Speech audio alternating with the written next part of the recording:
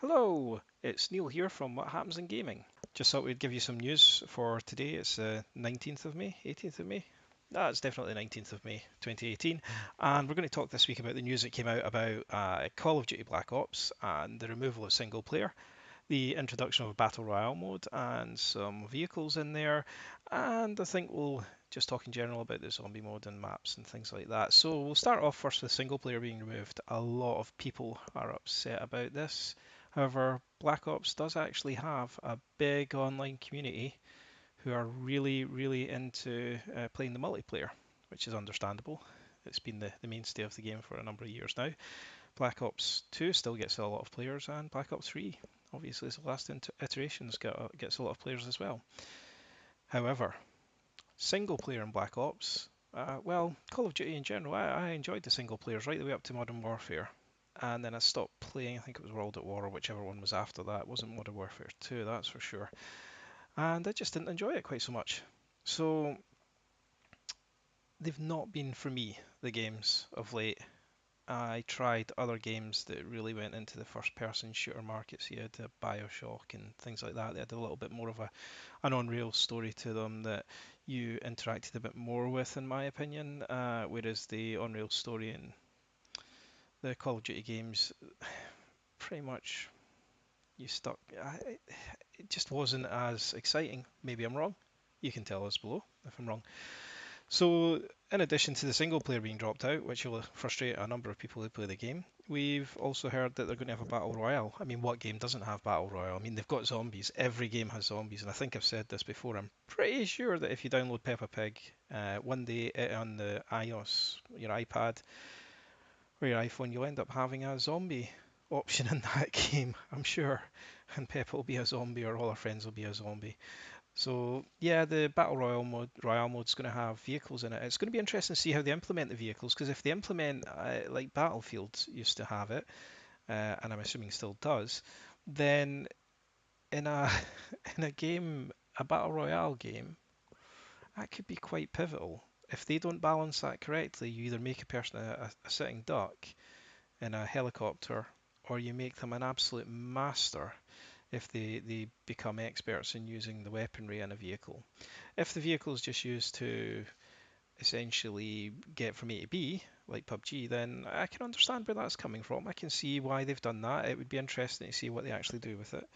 And yeah, let's see how that's implemented. It might be a reason for me to pick up Black Ops, to be honest, to try the battle royale mode for uh, just more than anything to give it a go.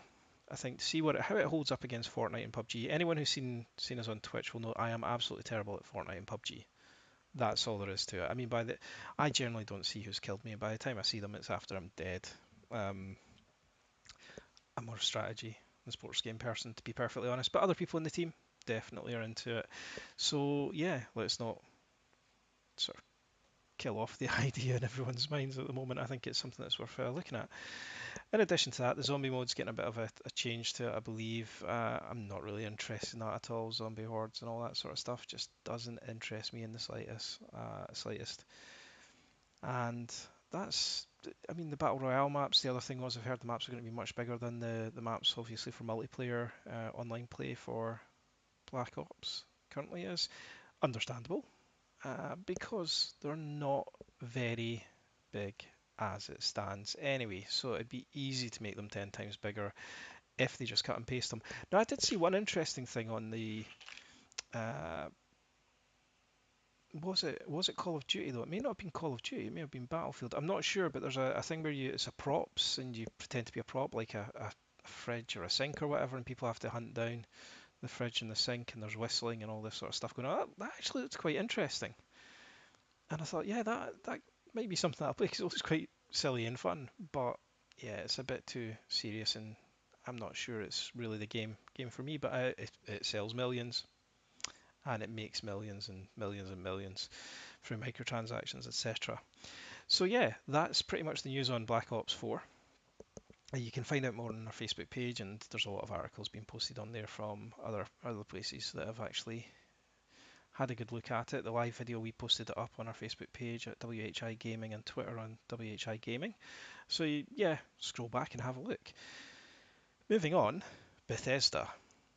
Now, a week ago, it was leaked that Rage 2 was coming out, and Bethesda tried to play it cool, and now they have provided a trailer with gameplay, and it looks like maybe what Mad Max should have been, and it looks like what Rage should have been, the original one. The original Rage was actually alright. I quite enjoyed it. It was a decent enough game. It did what it was supposed to do. I think on PlayStation 3, and I enjoyed it. I don't remember that much about it. But the new one looks a lot brighter, and it looks a lot more like it's inspired by the sort of Borderlands characters and all that sort of the bright colours and things happening.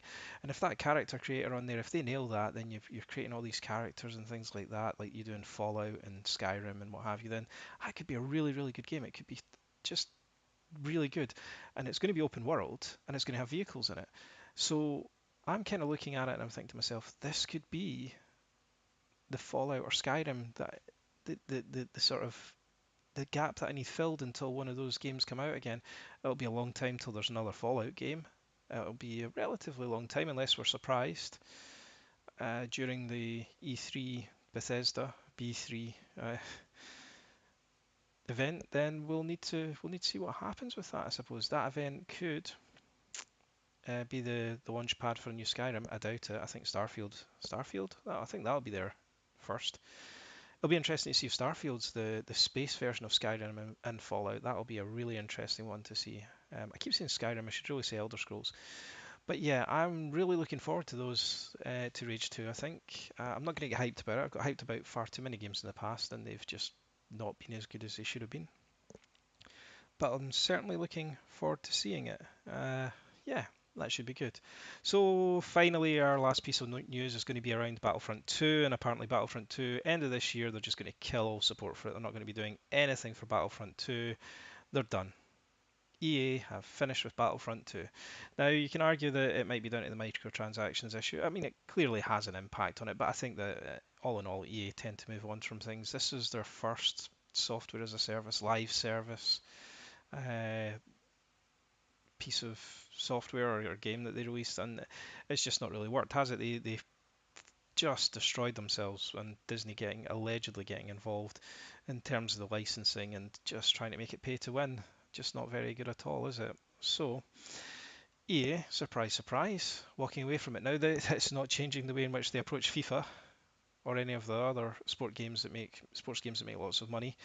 They've got their ultimate teams, and they are going to keep milking those for all the money they can get, and it won't change anything. But Battlefront 2, by the sounds of it, it's down to just a small group of devs who are basically going to finish doing major bugs and things like that, and a little bit of DLC here and there finished off. But in terms of bugs, it's going to be sitting with all the bugs that it's currently got, and yeah, that's pretty much it. It's done for. So, you've been watching in the background, it should be Inside and Undertale. Just did a quick video of them. I have actually completed Inside, that's why you're seeing it again. And there were bits that I'd forgotten I'd done, and I couldn't remember what I was doing in them. You might see that, I might cut those bits out. Undertale, that was the first time I played Undertale. I've had it for a long, long time, and I thought I'd give it a go this time. I'm not sure if I enjoy it. I know everyone got really excited about it, but hey, it's a 2, 3-year-old game. Inside was a fantastic game. I completed that the first day I got it. I got it on pre-order. It came out at 11 o'clock in the UK, I think it was, and I played it right the way through till I finished at about 1:30 in the morning on my laptop. I had it hooked up to my huge television in the lounge, and it's really, really good fun. So if you're going to pick them up, you'll get them really cheap just now because they've been around for a long time. But yeah, that's the news from what happens in gaming. I've been Neil. Maybe get other people on the next one as well, and we'll catch you all later. Remember to check us out on Facebook at WHI Gaming. You can find us on Twitter as well at WHI Gaming, and of course you can find us on YouTube and SoundCloud, TuneIn, and iTunes if you want to pick up our podcasts and our videos. We've done some videos with VR Party Scotland and people like that. And there'll be more content coming soon, and our website will be relaunching within the next couple of weeks. Thank you for listening, and speak to you all later. Bye.